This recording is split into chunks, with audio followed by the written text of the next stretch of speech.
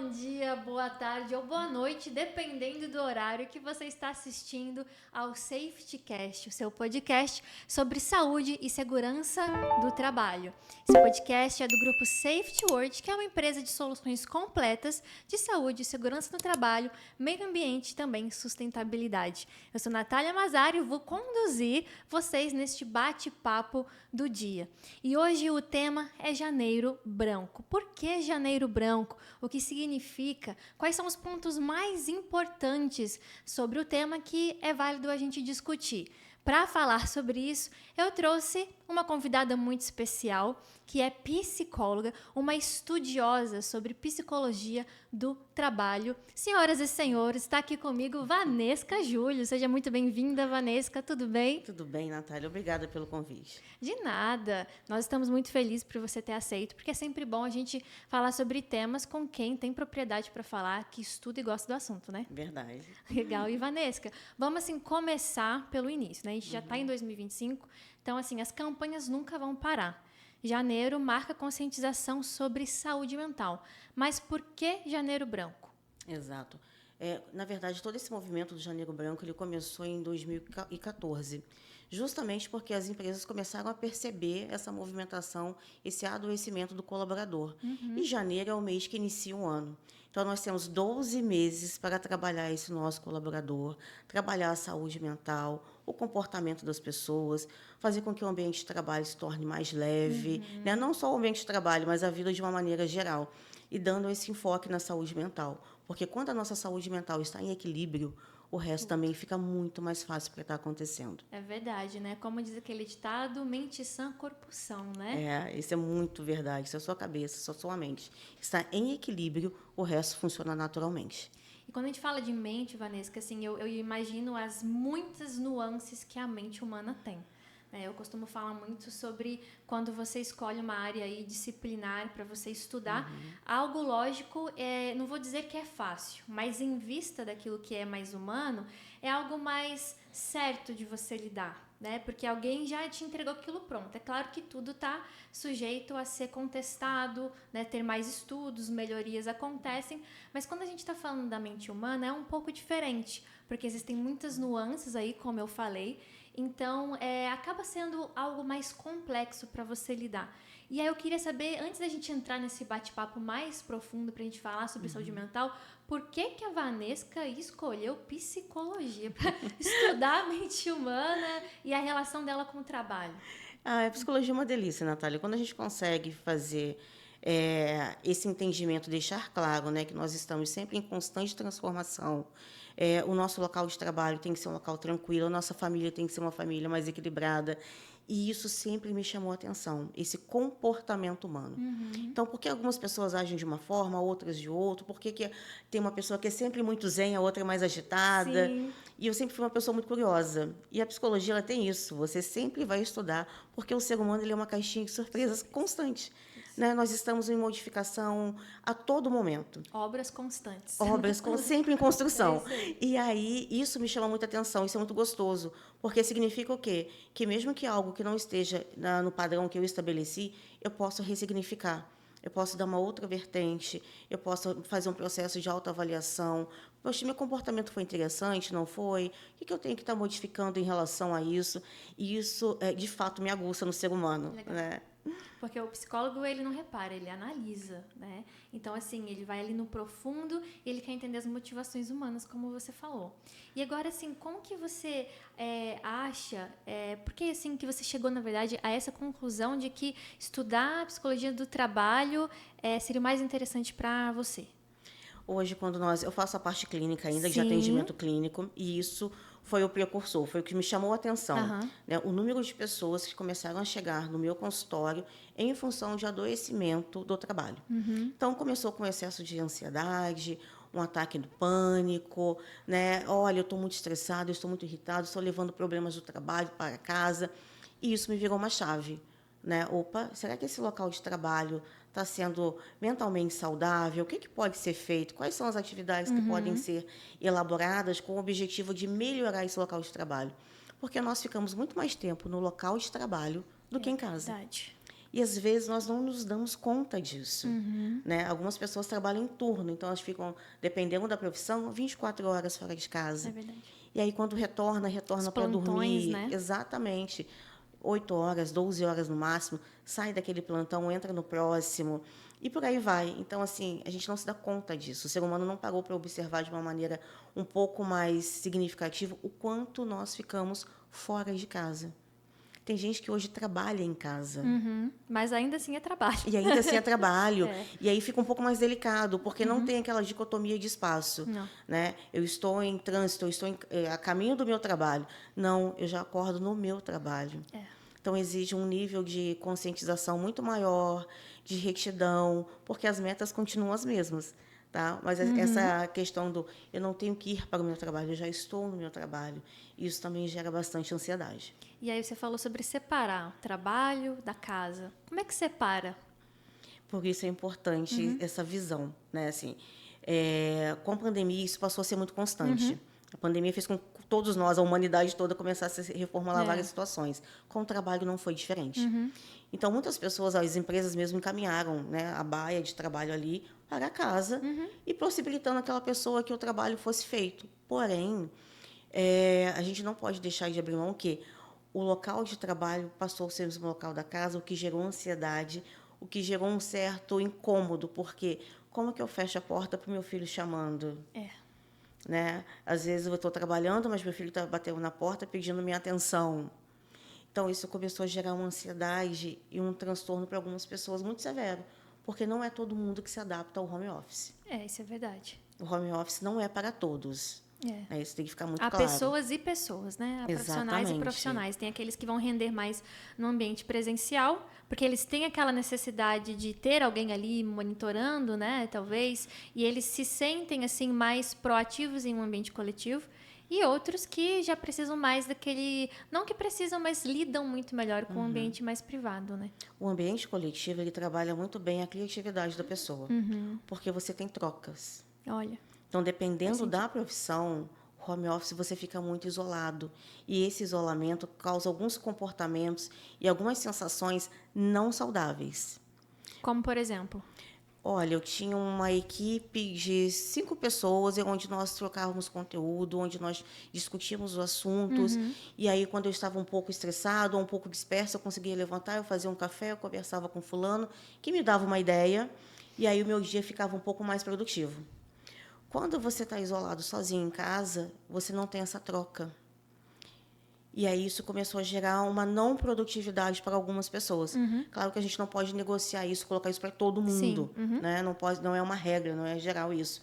Mas algumas pessoas não se adaptam. Muitas pessoas são muito produtivas e emocionalmente estáveis, né? Aquela estabilidade mesmo, quando tem a troca. Quando tem um colega batendo um papo. Porque não é só o ambiente de trabalho, não é o financeiro, é o que ele te proporciona.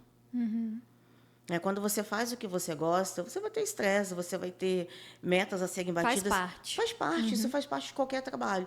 Mas a maneira que a equipe conduz, o ambiente saudável, o ambiente descontraído, isso vai fazer com que o dia chegue no fim, foi legal. Foi um mais dia leve, estressante, né? foi um dia corrido, mas que bom. Eu bati minhas metas, eu consegui, minha equipe estava totalmente envolvida no projeto, foi legal. Você distribuiu a carga ali, né? Você não limita aquela carga a você. Você tem com quem você possa dividir essas atividades. E, muitas das vezes, a angústia. Olha, estou tendo dificuldade de fazer tal atividade. Já tentou dessa forma? Já pensou dessa maneira? Olha, comigo aconteceu, eu tive tal experiência. E isso torna o ambiente mais leve. Você tem os diferentes pontos de vista ali colaborando para que você possa até racionalizar melhor sobre a situação, né? Sim, várias possibilidades acontecendo ao mesmo tempo. Isso é muito positivo. Quando a gente fala também desse assunto, Vanessa, que a gente percebe que nos últimos anos teve uma crescente muito grande, né, desses casos de distúrbios mentais, muito estresse, muita depressão, ansiedade e agora um tema que está muito em voga, que é o burnout. Né? A OMS, ela oficializou o burnout como uma doença ocupacional em 2022. Agora, em janeiro, o Brasil também oficializou. Né, que passou tudo por questão de tradução, né, do documento, atualizações, enfim. E a pergunta que fica é, a que você atribui esse aumento dos distúrbios mentais e problemas relacionados à saúde mental? Natália, é um combo, né? Mas o que nós podemos, até nesse momento, que eu posso te responder em relação a isso? Algumas metas, alguns comportamentos não bem estabelecidos, né? Dependendo do local de trabalho, uma diferença cultural. Né? O meu local de trabalho exige ou possui tal comportamento cultural, o qual eu não me adequo. E aí eu vou insistir porque eu preciso trabalhar e às vezes o local de fato não está organizado e aquilo acaba gerando uma série de transtornos. Então, quando nós falamos do burnout, não é só o excesso de trabalho. As pessoas às vezes falam assim, mas é um excesso de trabalho. Não, é um excesso de trabalho junto com uma dificuldade ali, às vezes, de se adequar à cultura daquele ambiente, quais são os valores daquela instituição.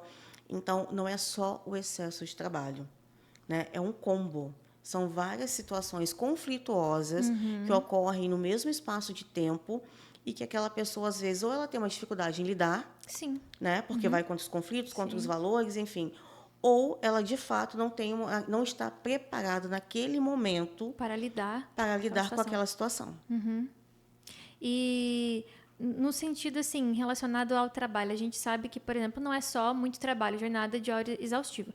Porque, por exemplo, vamos falar de Revolução Industrial, que é ali quando teve uma virada de chave global. Tinham jornadas exaustivas. Obviamente, a saúde mental não era tão estudada quanto é hoje. Mas o que você acha, assim, o que você atribui o fato dos países, de organizações estarem agora voltando os seus olhos com um olhar mais preocupado, sendo que isso não é um problema tão atual assim? O número de informações, o número de pessoas, o número de colaborador que veio adoecer de uma maneira mais expressiva. Né? Como você falou, a Revolução Industrial não aconteceu ontem. Né? As pessoas vêm adoecendo há muito tempo. Mas nós também hoje temos materiais palpáveis de falar, olha, e profissionais né, adequados para isso, que já não é o gestor que está falando, é o médico do trabalho, é o psicólogo do trabalho, é o enfermeiro do trabalho que está vendo um número muito maior de pessoas que estão chegando ali, que estão aferindo a pressão, e quando você faz um exame específico, não, mas olha, os batimentos de fato estão alterados, mas as outras enzimas não. Você tem uma equipe multidisciplinar que faz essa avaliação e consegue pontuar, olha, isso daqui não está interessante, né? Essa equipe, ou este colaborador, ou este turno, né? Ou esta instituição especificamente, as pessoas estão adoecendo mentalmente. Então, o que é necessário que se modifique? O que nós podemos fazer? Então, essa junção de uma equipe multidisciplinar, que hoje nós falamos disso, Sim. mas se nós colocarmos há 20 anos atrás, há 30 anos atrás... Era mais velado. Era muito né? mais velado. Né? Hoje nós falamos do burnout, dessa queima da saúde mental, de uma maneira muito esclarecedora. E nós entendemos que o colaborador ele adoeceu, ele não está fazendo corpo mole, ele adoeceu em função de tal atividade. E aí é interessante parar e analisar o que tem nessa atividade, né? Quais os outros colaboradores? É ele que apresentou esse comportamento mais expressivo ou as outras pessoas também estão sofrendo caladas? Que tipo de sintoma vem sendo apresentado? Então, quando nós fazemos isso, né, falamos de saúde mental, fazemos a campanha do Janeiro Branco, é um processo de conscientização, que a saúde mental é importante, né, que nós começamos no início do ano, mas que nós vamos, ao longo desse ano, falar de saúde mental em qualquer instituição. Sim, perfeito. No ambiente de trabalho, assim, quais são os fatores que conduzem, né, a um risco psicossocial? Quais seriam esses fatores? Assim, se pudesse me citar 4. Excesso de atividade. A pessoa, muitas das vezes, não feito um processo de seleção não adequado para aquela função, né? Uma insegurança em desenvolver a atividade, algum possível tipo de assédio moral, tá? Porque quando nós falamos em saúde mental, o que fez essa pessoa adoecer? Né? Então, existe um assédio moral? Qual é o comportamento, né, das pessoas dentro daquela empresa ou daquele setor, seja lá o que for? Tudo isso é analisado. Então, acontece assim uma investigação mesmo, né? Existe todo um processo de investigação. E é interessante falar, Natália, que assim, o processo de investigação é para entender e resolver. Porque às vezes o pessoal fala assim, mas existe um processo de investigação contra o colaborador. Não. É para entender o que provocou aquele adoecimento, para que aquilo não venha a ocorrer em outras vezes. Sim. Não é interessante que você tenha um colaborador adoecido fisicamente e mentalmente, Não. porque durante um período de tempo as pessoas se preocupavam muito com os trabalhos, né, com os ferimentos, com as quedas, com outro tipo de acidente, com outro tipo não, perdão, com os acidentes de trabalho. Hoje nós nos preocupamos com os acidentes de trabalho e com a saúde mental desse trabalhador. Quando nós falamos em segurança no ambiente de trabalho, é esse combo. É uma segurança mental e uma segurança física. Então, por isso, essa equipe tem que sempre trabalhar em conjunto. No caso do assédio moral, muitas vezes existe a questão das relações interpessoais no ambiente de trabalho.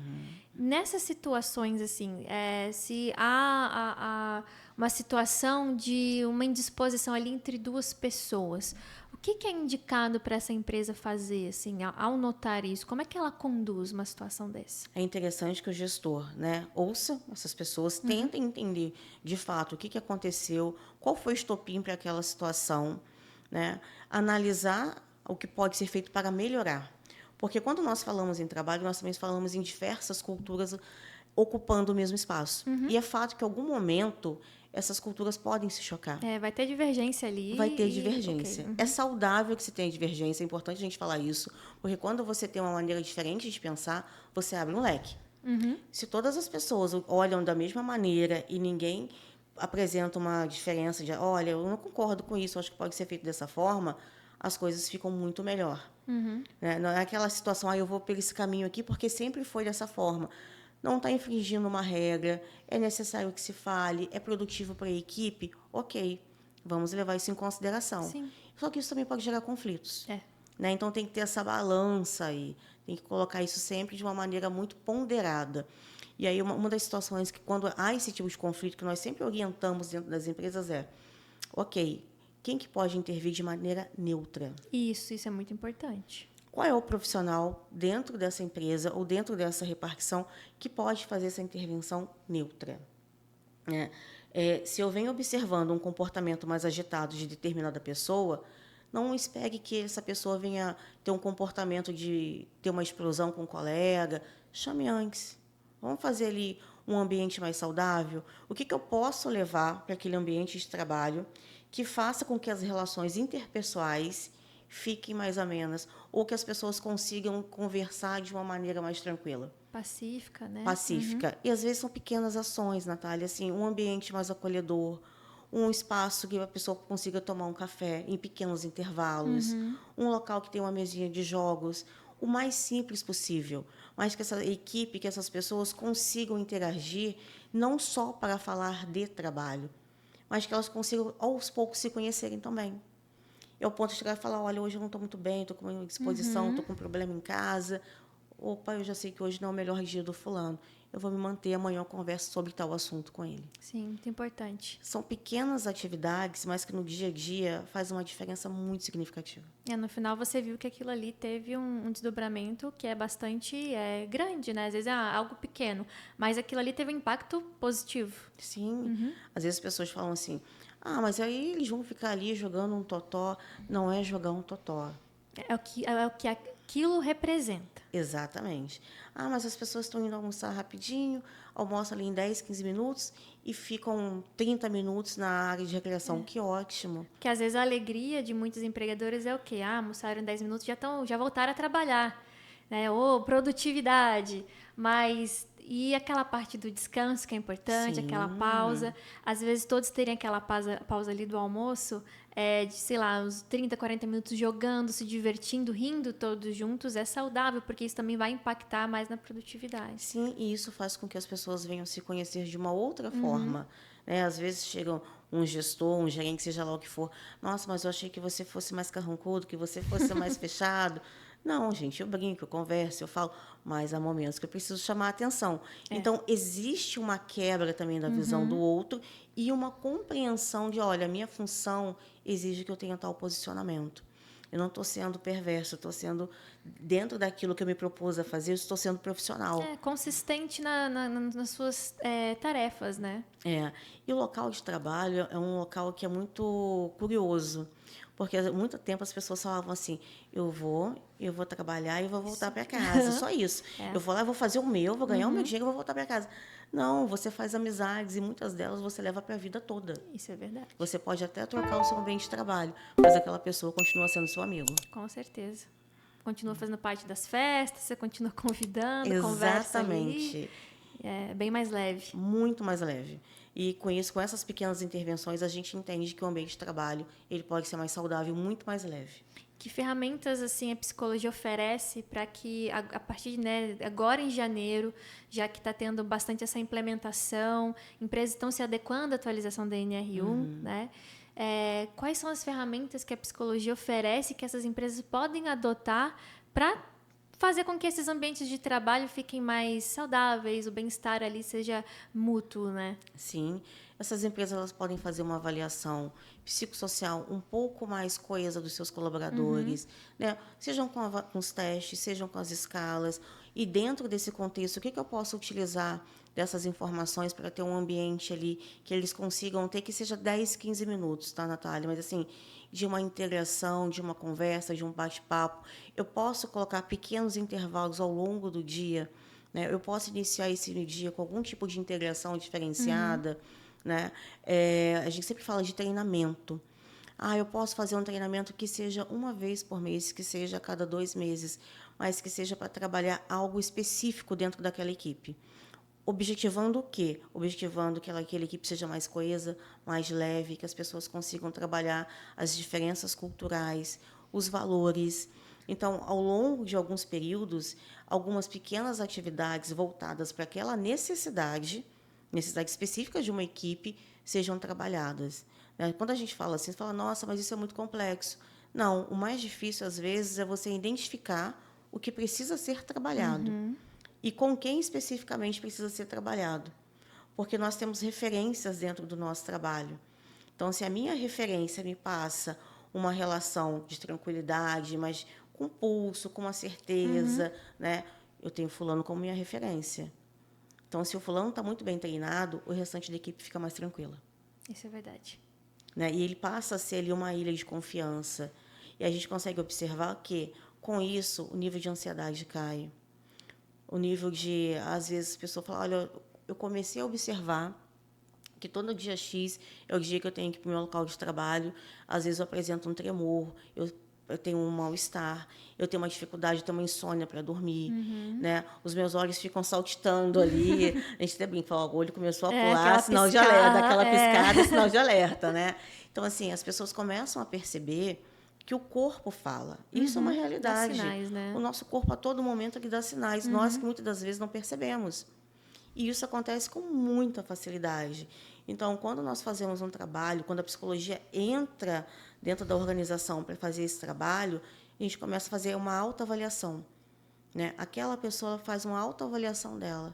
Gente, isso está acontecendo comigo? Eu estou sentindo um mal-estar, é uma dor de cabeça, é uma dor de estômago. Então, fica muito mais fácil para a pessoa observar o comportamento dela, ajudar, muitas das vezes, o colega que não está percebendo o comportamento dele, e aí fica muito mais leve. E enquanto você falava, me veio muito também a questão do diálogo. Porque às vezes o corpo dá sinal, você sabe, mas o medo de falar, ou então, não, isso não é problema de ninguém, isso é problema meu. Como é que eu quebro essa barreira do diálogo? O diálogo ele é de suma importância, porque se você não fala, o outro não tem como saber. Ninguém tem bola de cristal, né? Exatamente. Então, você pode eleger pessoas ali dentro que você pode levar aquela informação. Né? Quem é a minha referência? Né? Quem é o meu gestor? Quem é o meu gerente? Quem é a pessoa que eu tenho como referência? Muitas das vezes fala assim, mas é essa dificuldade que eu tenho, porque eu tenho medo de ser punido de alguma forma, eu tenho um medo de levar essa informação e ser mal interpretado.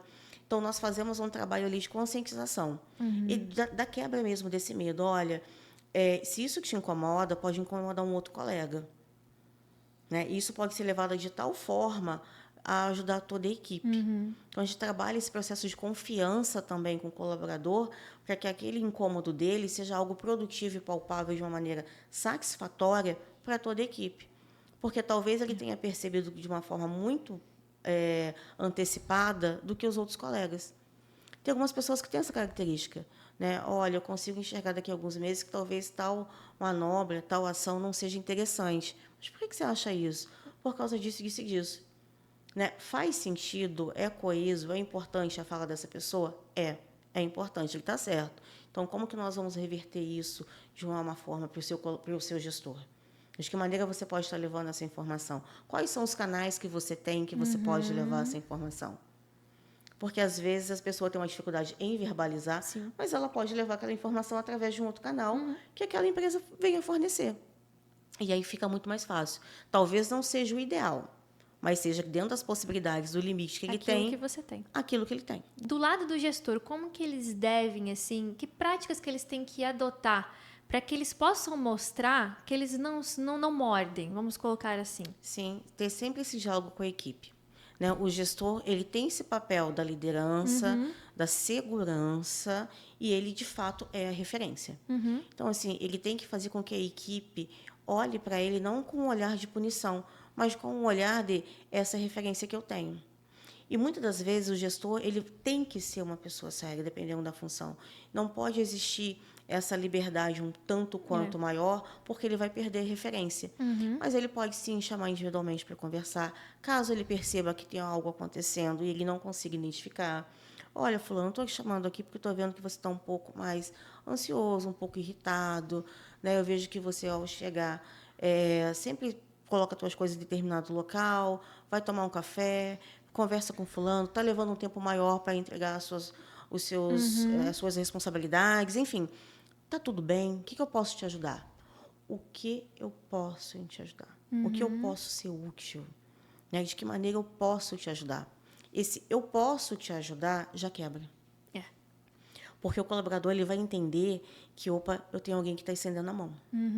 Eu tenho alguém que entendeu o meu comportamento, que observou o meu comportamento velado, que até então ninguém havia verbalizado, e que, olha, o meu gestor, a pessoa, o meu gerente, a pessoa que eu tenho como referência, entendeu que o meu comportamento é um pouco diferente. Sim.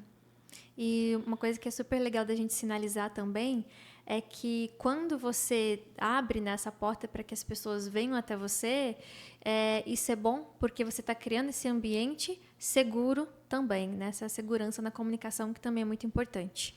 Sim, se esse colaborador, se ele não se sentir seguro com a pessoa que ele tem que ter de referência dentro daquela empresa, daquela instituição, como será? E aí, quando eu digo instituição, Natália, pode ser umas multinacionais, como pode ser Um comércio. a quermesse do bairro, não tem problema algum. Tá? Minha empresa tem 20 funcionários. Que bom que ela tem 20 funcionários. Vamos trabalhar em cima disso? Porque são 20 pessoas que se encontram diariamente, ou pelo menos 6 vezes na semana, que têm um contato ali e que, às vezes, são, dependendo do local, são pessoas muito próximas. Sim. Então, vamos transformar esse ambiente num ambiente mais divertido, mas com a seriedade na hora de entregar, de atender o cliente, de entregar esse material, de fazer com que eu me sinta motivado a trabalhar. Né? Um dos sinais que eu sempre falo, quando você acorda e você fala que você vai trabalhar, o que você sente? Né? Você vai trabalhar disposto ou você fala, ai, que chato, eu estou indo trabalhar? Essa pergunta ela é essencial, hein? Esse trabalho é um trabalho que você faz com leveza ou é um trabalho pesado? Sabe aquela coisa que você fala assim, eu preciso pagar as minhas contas, então eu estou indo cumprir a minha função. Não existe uma leveza. Né? Nós também não podemos falar assim, olha, você tem todo o direito de não ir trabalhar. Não existe isso. Todo mundo tem responsabilidade, tem conta para pagar. Né? Mas o que eu posso fazer? Eu posso continuar os meus estudos, e ter um outro setor dentro daquele local que talvez tenha muito mais a ver comigo, tenha a ver com as minhas características. O que eu posso fazer para estar ingressando nesse outro setor? Alguns locais existe essa possibilidade. Olha, esse local aqui ele cumpre minha função. Eu gosto do que eu faço, mas eu vou render muito mais naquele outro ali. Porque ele é mais dinâmico, ele tem a ver mais comigo, ele tem a ver com a minha comunicação. Eu sou uma pessoa agitada, eu sou uma pessoa comunicativa. E esse setor exige que eu seja uma pessoa muito mais polida, que talvez eu não seja.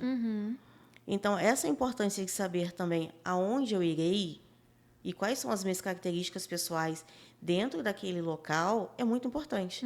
Porque se eu sei quem eu sei que tipo de trabalho eu irei desenvolver. Perfeito. Perfeito. Esse tato para suas próprias aptidões e também para sua personalidade é muito importante. Porque às vezes um setor foi específico em que você está hoje, talvez não esteja feliz, foi para te abrir uma porta ali, te posicionou no mercado, mas se você vislumbrou um outro setor ali, que você também tem talentos e qualificações para, e até se vê de forma mais feliz e com mais liberdade ali, produzindo, Sim. isso precisa ser comunicado. Precisa ser comunicado, e aí essa pessoa ela tem que ficar atenta quais são as possibilidades. Né? É um processo interno, é uma prova de capacitação, é só enviar um currículo, o que eu posso estar fazendo? Né? Quais são as possibilidades? O que eu tenho que fazer para as pessoas daquele setor me notem e o que eu posso fazer dentro aqui da instituição, dentro dessa empresa, para que eu seja notado também. Sim. Né? Então, assim, existem vários viés dentro dos locais. E as pessoas também precisam entender qual é o melhor, qual o local que ela vai se adequar, o que tem a ver com a expectativa dela de vida. Isso. E a gente fala muito sobre os treinamentos, né, para esses colaboradores, que eles precisam buscar informação, que a empresa precisa disponibilizar informação para eles, mas também é importante que as próprias lideranças busquem também informação e capacitação também. Porque às vezes, muitas vezes, um cargo de liderança, ele pode estar relacionado a uma aptidão, mas não à relação humana. E a gente vê muito isso, lideranças que têm essa dificuldade com interações interpessoais.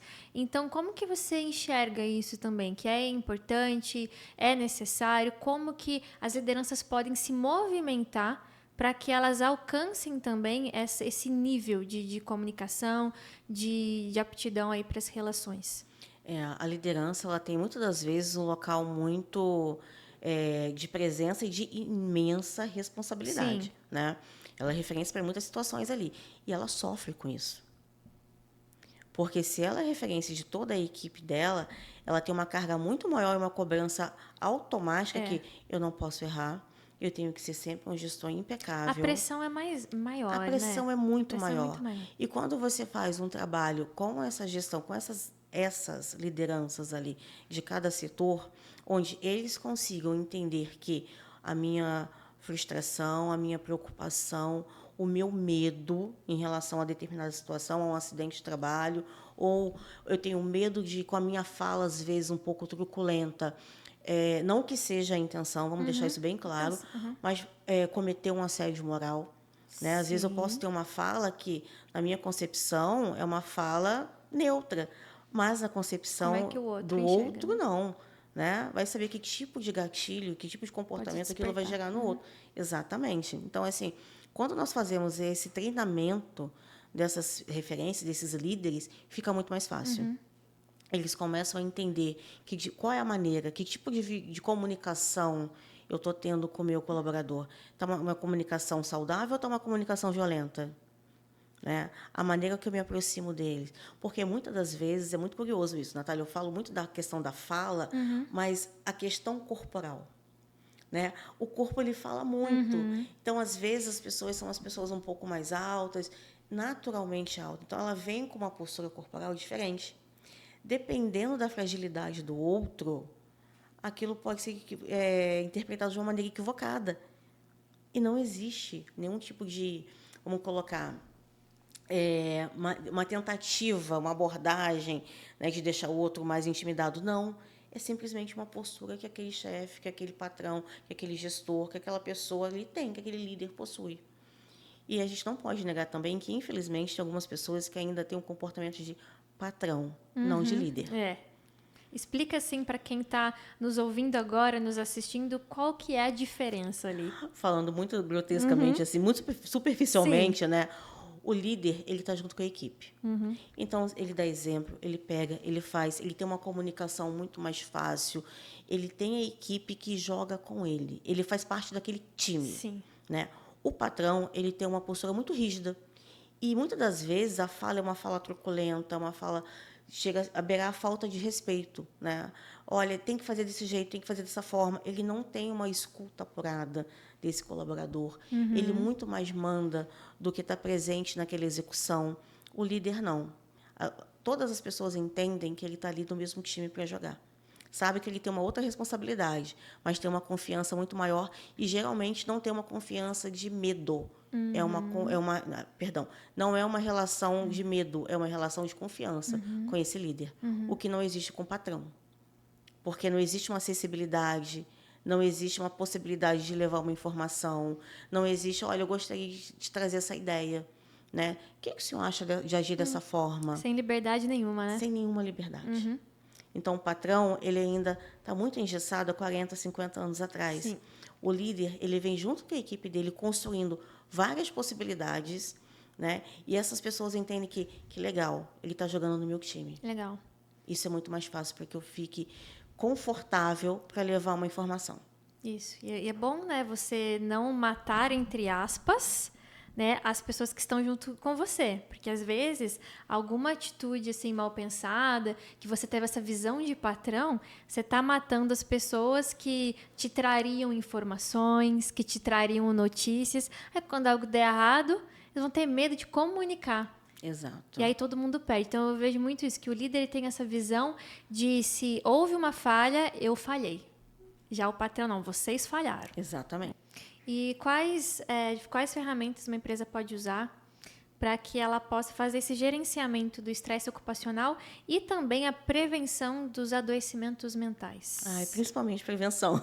Prevenção Nós mais falamos importante. muito de tratamento, mas assim, é de suma importância falar da prevenção, porque hoje a gente consegue palpar isso de uma maneira muito interessante, né? Então, nós temos vários instrumentos, mas o que eu sempre utilizo, até falando em relação à psicologia, as avaliações psicossociais, né? Envolvendo todas as NRs ali, porque você consegue mensurar quais são as possibilidades de um acidente de trabalho, você consegue interromper, como é que está a saúde mental desse colaborador. Isso vai sendo documentado, né? Isso vai sendo documentado, porque existem as avaliações que o psicólogo faz, e são testes mesmo, são avaliações, e eu acho importante a gente pontuar isso, porque às vezes as pessoas falam assim, nossa, mas qual que é o papel da avaliação psicossocial? Nós trabalhamos junto com a equipe multidisciplinar, que entra o médico do trabalho, o enfermeiro, né? Toda uma equipe ali por trás daquilo, que faz a avaliação, geralmente a cada 6 meses ou um ano, dependendo da função desse colaborador, para avaliar como é que está a saúde mental dele. Então, eu faço uma entrevista, eu tenho algumas escalas, eu tenho avaliações, testes psicológicos mesmo, normatizados, que avaliam a depressão, a ansiedade, algum nível de estresse mental, possibilidade de algum burnout. Tem uma gama, como é que está a minha atenção? Vamos supor que a pessoa trabalha em um espaço confinado, né? Ela está apta para isso, uma altura. Então, são várias avaliações, geralmente em torno de 3, 4, 5, 6 testes, ali, o ideal, às vezes, até mais, dependendo da função, onde a gente depois faz um dossiê desse colaborador. Se a empresa faz semestralmente ou anualmente... E pode acontecer, perdão te interromper, Imagina. mas pode acontecer em qualquer etapa assim, do processo, ou admissional, tanto quanto periodicamente. Sim, é importante que se faça no admissional e o periódico, né? Olha, fulano está entrando, ele tem tal perfil, vamos avaliar se ele está apto ou não? Excelente, vamos avaliar se ele está apto ou não. Passados 6 meses ou um ano, né, dependendo da função, eu sempre falo assim, faz a cada 6 meses. Né? Vamos prevenir, vamos trabalhar essa prevenção aí. Qual né? função assim seria de 6 meses? Alguma função que trabalhe com confinamento. As pessoas que trabalham com altura, às vezes, para montar algo, coisa e tal, tem uma altura muito significativa a cada 6 meses. Principalmente quem trabalha com confinamento, quem trabalha, às vezes, com armamento. A gente faz esse tipo de avaliação, justamente focando na saúde mental daquela pessoa. É importante ressaltar, Natália, que quando a gente fala de prevenção, a gente está prevenindo tudo. Sim. Né? Um possível burnout, uma estafa, um afastamento do local de trabalho, né? Um acidente do local de trabalho. Porque se essa pessoa, às vezes, vamos supor uma pessoa que trabalha em turno. Olha, fulano tem a atividade com tal maquinário, um maquinário muito pesado, e ele trabalha no turno da noite há 3 meses. Né? Poxa, são 90 dias. Será que uma interrupção nesse momento aqui não seria interessante? Como é que está esse sono dele? Como é que está a alteração? Existe uma alteração no sono ou não? É interessante que ele se mantenha nesse turno ou não? Então, são avaliações que são realizadas trabalhando na prevenção. Né? Então, assim, a gente tem isso e é importante que se faça. Né? Mas, olha, o periódico daqui a 2 meses. Mas vamos olhar de outra forma? Talvez ele venha apresentando alguns sintomas, alguns sinais que o exame hoje vai ser muito mais palpável. Vamos acelerar esse periódico. Né? O comportamento fala muito também, além, né, dos exames ali. O fulano está chegando muito irritado, né, está chorando, está com um problema em casa. opa, vamos parar, vamos ver o que pode ser feito. Será que esse momento é o momento dele sair de tal atividade, ir para uma outra? Permanece, mas permanece com uma observação maior. Vamos encaminhar aos cuidados de um profissional lá fora. Tudo isso é importante. A gente faz um acolhimento, tenta entender, né? E dentro desse acolhimento já oferece algumas possibilidades. Porque se você acolhe e você não oferece as possibilidades que aquela pessoa tem de suporte, aí fica muito vago. Sim. Né? Então, eu estou recebendo aquela pessoa que está apresentando algum tipo de sofrimento emocional, o corpo dela está falando, ela está verbalizando e, automaticamente, essa equipe também tem que dar um suporte. Né? Não é só identificar o problema. Eu preciso identificar e eu preciso tratar. E, por último, como que se trabalha a resiliência e o engajamento dos funcionários de modo que eles próprios se tornem agentes da promoção da saúde mental? Ai, que legal essa pergunta. Quando a gente fala de resiliência, né, porque as pessoas falam assim, durante muito tempo foi a palavra do momento, né, resiliência. É verdade, eu me lembro. Mas com esses treinamentos, né, com essa frequência de treinamento, porque treinamento pode ser algo muito leve. Tudo que é implementado de maneira obrigatória já gera, vamos falar a verdade, já gera um incômodo ali. Poxa, mas eu sou obrigado. Mas a forma que esse treinamento é realizado, se ele é realizado de uma maneira mais harmônica, mais divertida, né, mais descontraída, em ambientes, às vezes, não tão convencionais. Né? Suponhamos que tem uma área verde naquela empresa. Por que não utilizar a área verde? Por que não fazer aquele treinamento mais divertido, ao ar livre? Às vezes a gente só quer pegar um solzinho ali, Ótimo, fica muito mais interessante. Então, assim, essa modificação de instrumento, essa modificação de treinamento, de abordagens, tudo isso faz com que essa captação e esse ambiente fique muito mais fácil de se lidar. Né? Eu não estou dizendo, Natália, que assim a gente pode chegar a todo momento e intervir de uma maneira diferente daquela empresa lidar. Na cultura organizacional. Na cultura organizacional, exatamente, essa é a palavra. Mas nós conseguimos, tecnicamente, falar, olha, vamos tentar dessa forma. Vamos colocar esses treinamentos de uma maneira não tão espaçada e de uma maneira muito mais leve. Porque cada empresa possui a sua cultura, e isso é de suma importância, isso precisa existir para que aquela empresa consiga realmente realizar as atividades que ela se propôs. Mas a saúde mental desses colaboradores, ela precisa pelo menos estar em equilíbrio. Perfeito. Né? E tem os canais também, né, da empresa que são super úteis também tanto para comunicação e no caso de não somente essas sugestões, né, dessa proatividade dos colaboradores, mas no caso, por exemplo, se um colaborador estiver se sentindo mal, quais são os canais que ele pode utilizar? Geralmente, essas empresas possuem alguns canais através de e-mail, né, ouvidoria. Geralmente, eles utilizam com maior frequência os e-mails. Né? A pessoa manda, porque ela tem um tempo de elaborar. Ela pode enviar a qualquer momento. Né? Muitas das vezes, existe uma pessoa responsável no RH para captar essas informações. Isso é frequente, isso existe, é normal que isso aconteça. Perfeito. Então, antes de qualquer buscar essas informações, né, quais são os canais que eu tenho? O que essa minha empresa oferece? Né? O que eu posso estar buscando em torno disso daqui? Porque fica muito mais fácil essa comunicação. Vanesca, estamos chegando no finalzinho, mas antes da gente encerrar, uma mensagem atemporal, porque eu imagino que esse vídeo ainda vai ecoar por aí nas redes sociais e eu tenho certeza que as pessoas vão assistir e vão pensar. Mas para elas refletirem sobre saúde mental, que mensagem você gostaria de transmitir para os colaboradores que estão nos assistindo agora? Né, que não tenham vergonha de pedir ajuda. Né? Os canais estão abertos, cada instituição possui o seu canal de acesso. Né? Há sempre profissionais amparados. E, assim, nós estamos falando do Janeiro Branco, mas lembrando que janeiro é o mês que dá o start, né, nesse assunto, nessa pauta da saúde mental. Que os meses posteriores nós devemos, sim, tratar da nossa saúde mental. Né? É ela que faz com que nós consigamos manter as nossas atividades. Sem saúde mental, a gente não consegue resolver nenhum tipo de problema e não consegue ajudar quem, de fato, nós gostaríamos de estar ajudando. E, gente, nunca se esqueçam, nós somos a nossa prioridade. Às vezes, nós cuidamos muito do próximo e esquecemos de cuidar de nós.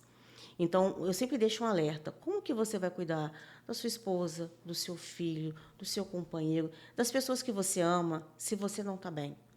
né? Então, que janeiro seja um mês, sim, mas um mês de start para a tua saúde mental, para que você coloque as suas metas em dia, que você busque ajuda para resolver algumas situações que não estão confortáveis, né? E que você tenha esse ano aí de 2025, os meses posteriores, como os meses que você olha, que bom que eu escutei aquele podcast, que eu presenciei aquele podcast, porque fez com alguma chave virasse na minha cabeça. Esse é o recado que eu deixo para vocês. E eu queria também deixar um recado para as pessoas que estão nos assistindo, para seguir a Vanesca. Quais são as suas redes sociais? Como as pessoas podem te achar? @psivanesca. Bem fácil, prático de achar. Temudo, Psi? Psi, PSI, Vanesca. É Vanesca, viu, pessoal? Não é Vanessa, não. Vanesca. Psi Vanesca no Instagram. No Instagram. No Instagram. Aí você pode segui-la para ter mais conteúdos, né, de saúde mental. De saúde mental, né? Algumas dicas também a gente sempre deixa nos stories ali. E podem mandar pergunta também, que eu sempre respondo. Muito legal, então interajam lá. E não deixe de seguir se você quer saber mais sobre saúde e segurança do trabalho, meio ambiente também. Siga Safety Word BR nas redes sociais, TikTok, Instagram, Facebook, LinkedIn, onde você quiser, nós estaremos com você. Este foi mais um Safety Cast. Muito obrigada por você que assistiu até o final. Não esquece de curtir, compartilhar no grupo da família, dos amigos, enfim, todo lugar.